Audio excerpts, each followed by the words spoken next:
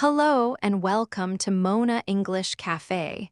And before anything else, stay with me until the very end of this lesson, because I am going to share with you the single most powerful shift you can make in the way you learn English. It is not a grammar rule, it is not a vocabulary trick, and it is not a pronunciation exercise. It is something much deeper than that. Something that will change how you think about the whole journey. So please stay until the end. It is worth every minute. Now, close your eyes for just a moment and think about a child you love, maybe a younger sibling, maybe a niece, a nephew, or a child in your neighborhood. Think about them at 2 or 3 years old when they could barely form a sentence. They mispronounced everything. They forgot words halfway through a thought. They mixed things up, made their parents laugh, got confused, tried again, and kept going anyway. Nobody gave them a textbook. Nobody told them to memorize a word list before breakfast. Nobody sat them down with a grammar chart and said, "First, you must understand the rules." And yet, within a few years, that same child was speaking. Fully, freely, naturally. Now think about yourself. You have probably spent months, maybe years, studying English. You have filled notebooks. You have memorized phrases.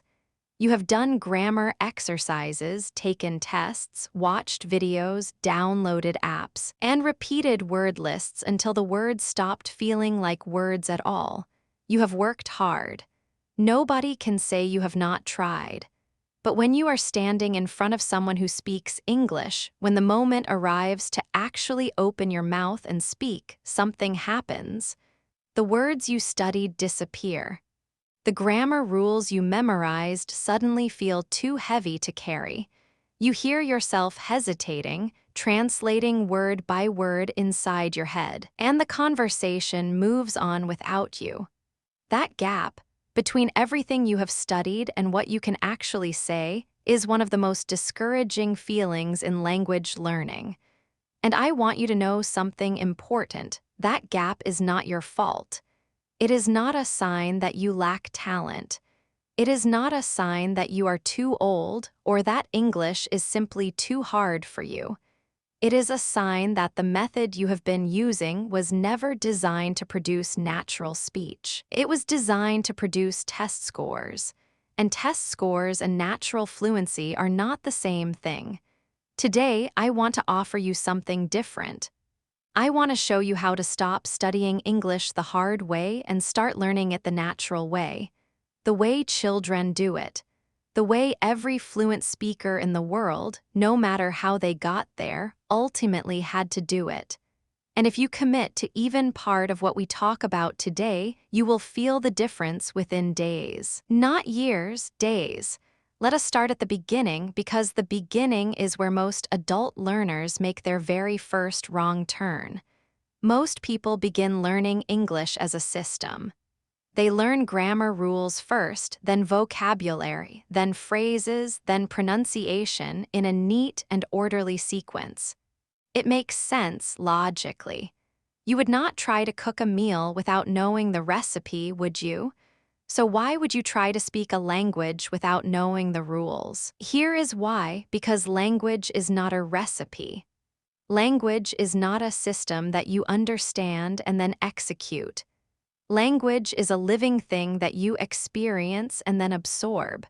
The moment you treat English like a math problem, something to be solved with the right formula, you set yourself up for exactly the frustration you have already felt, because math problems are solved in your head. But language lives in your mouth, your ears, your emotions, and your automatic memory. It lives in places that logic alone cannot reach. Children do not approach language logically. They approach it experientially. They do not ask, "What is the rule for forming a question?" They ask by pointing and looking curious, and they wait for someone to answer. They do not translate. They do not analyze. They absorb. They hear a word repeated in many different situations until the meaning becomes clear on its own. They hear a phrase used again and again until they can hear it coming before it is even finished. This is called comprehensible input, taking in language that you mostly understand, with just a little bit beyond your current level, in a way that is meaningful and connected to real life. And it is the most powerful fuel for language acquisition that exists. The key word there is acquisition, not learning, because these are two different processes happening in two different parts of your brain.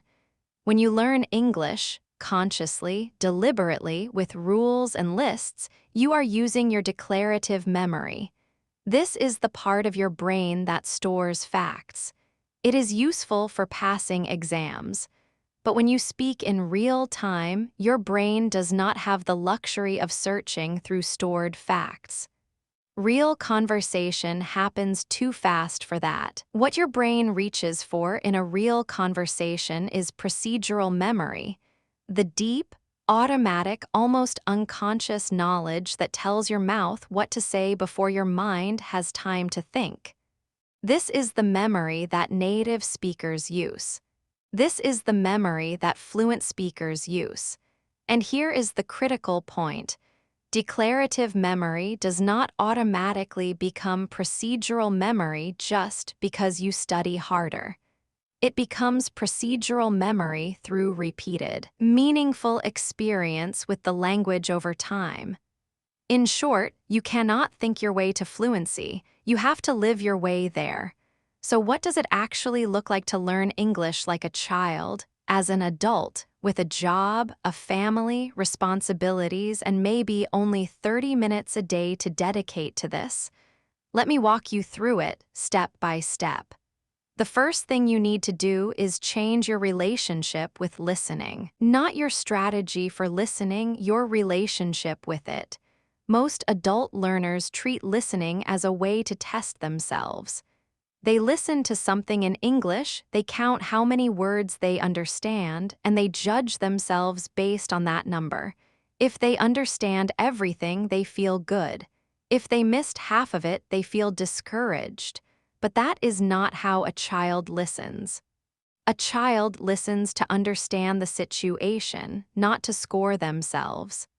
A child listens for feeling, for tone, for the general shape of meaning. And crucially, a child is not ashamed of not understanding everything. They simply continue. Your first task is to find English that feels warm and reachable, content that is just a small step beyond where you are right now. Not too easy, not overwhelming. Short videos with clear speech. Podcasts made for English learners. Simple conversations between real people. And then listen not to transcribe every word, but to feel the rhythm of the language.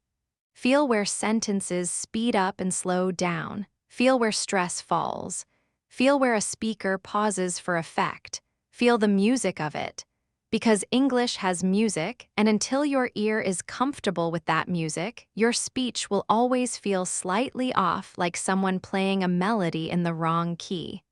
The second thing you need to do is stop translating in your head, and this is the one that most learners struggle with the longest. But it is also the one that changes everything the fastest once you break through it.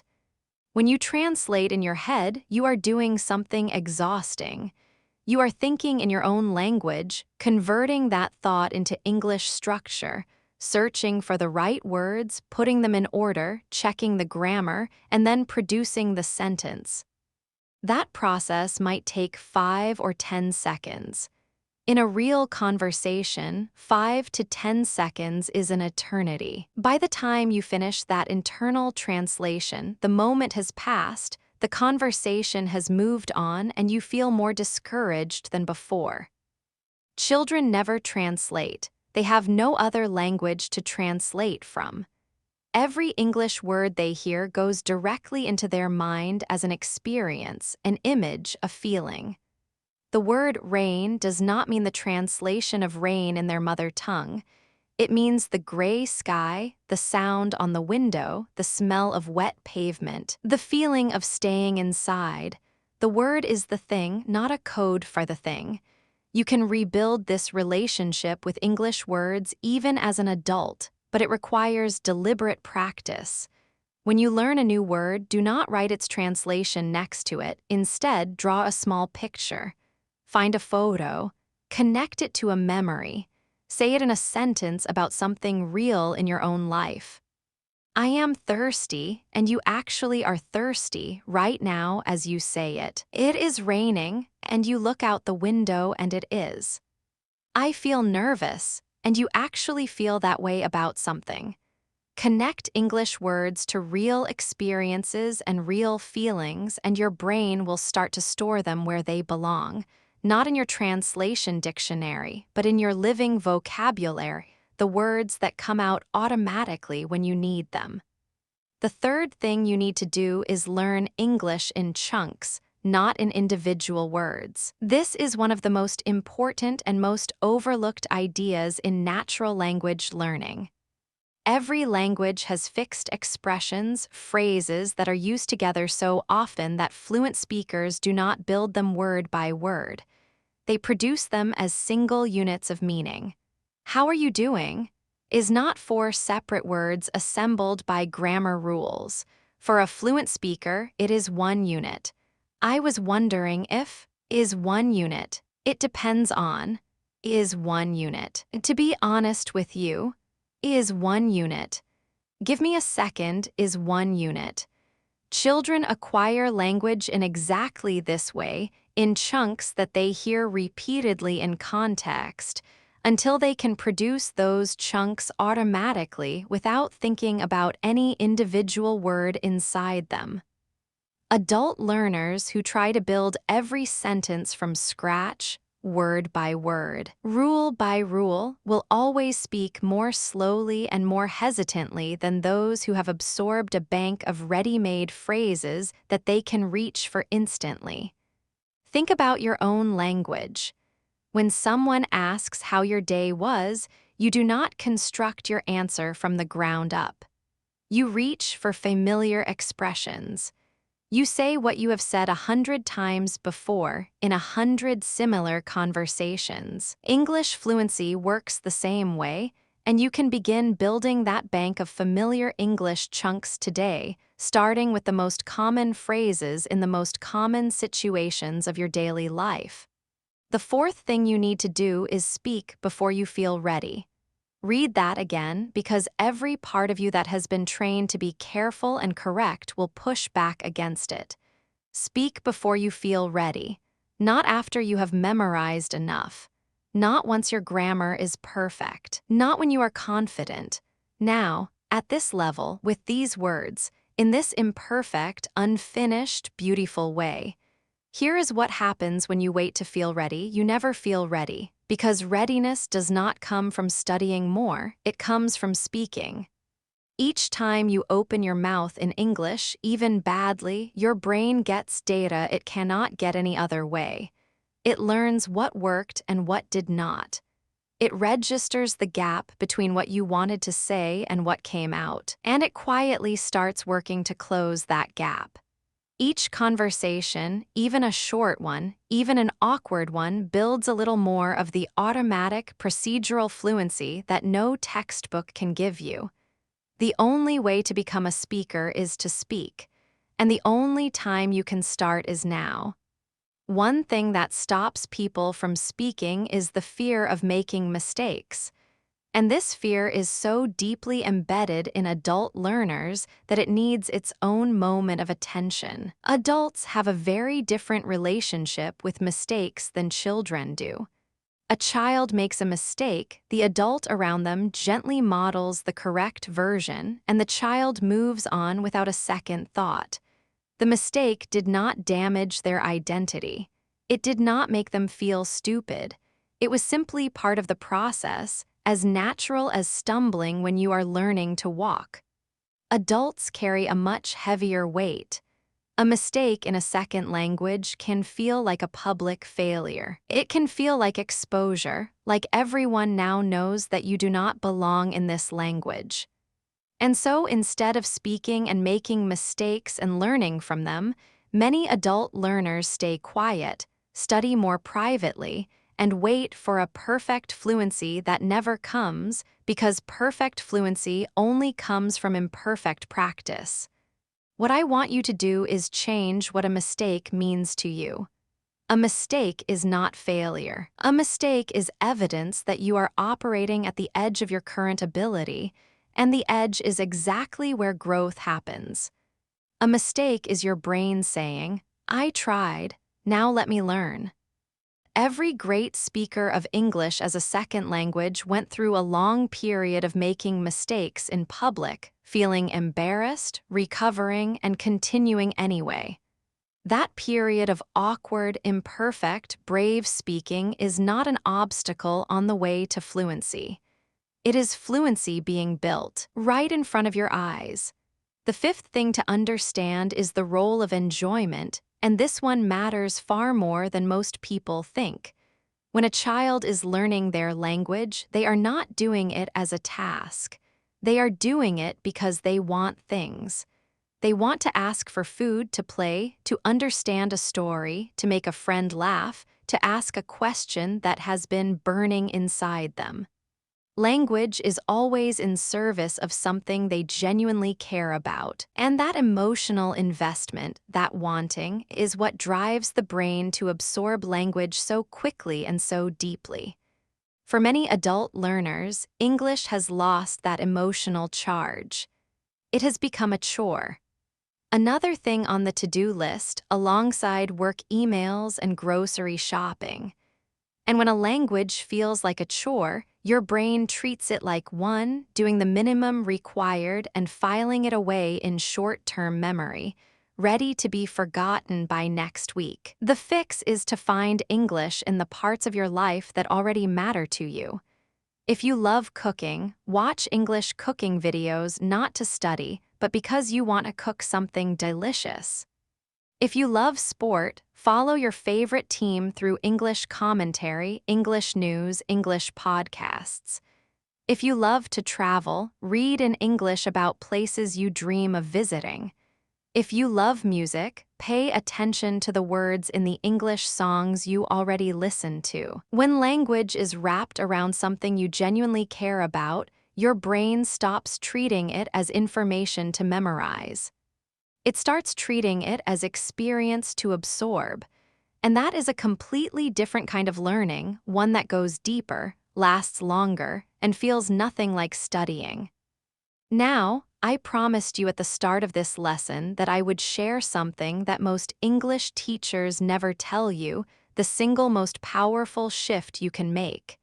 And here it is. The real difference between people who eventually speak English naturally and people who study English for years without ever feeling fluent is not talent, not intelligence, not the right app or the right teacher or the right method. The real difference is this: natural speakers have made English a part of their daily identity, not a subject they visit 3 times a week, not a skill they practice when they remember to. A part of who they are every day, in small and quiet ways that add up to something enormous over time. Think about your own language, your mother tongue. You did not become fluent in it because you studied it every day. You became fluent because it was woven into everything. It was in the conversations over dinner, in the music coming from the next room, in the arguments you overheard, in the stories told at bedtime, in the jokes that went over your head until one day they did not. It was everywhere all the time, at every level of your life. And your brain, immersed in it, had no choice but to become fluent. You can recreate that immersion in English, even without living in an English-speaking country. Change the language on your phone. Put English podcasts on in the background while you cook or clean. Think through your morning routine in English, not perfectly, just in whatever English you have right now. When something happens in your day, something surprising, funny, frustrating, beautiful, notice the English words that come to you for it. Look for them if they do not come. Write them down, use them later. Make English a quiet, ongoing presence in your life, not a scheduled event, because here is what happens when you do that. After a week, English starts to feel more familiar. After a month, your ear adjusts to its rhythm and you stop feeling so lost when people speak quickly. After a few months, you notice that you are reaching for English words before you reach for translations. After a year, you are not studying English anymore. You are living in it. And living in a language is the only way any person has ever truly learned to speak it. Children did not become fluent because they were gifted. They became fluent because they were present. Every single day, in every single moment, they were inside the language. Listening, absorbing, imitating, trying, failing, and trying again. Without fear, without scorecards, without waiting to feel ready. You can do that too. You do not need a perfect study plan. You do not need more grammar books. You do not need a tutor who will explain every rule. What you need is to show up in English imperfectly and consistently, a little every day for a long time. That is the method. That has always been the method. And it works for every person who gives it an honest chance. So today, I want to invite you to make one small, real change. Just one. Choose one moment in your day, one ordinary, everyday moment, and give it to English. While you are making coffee, while you are walking to work, while you are lying in bed before sleep.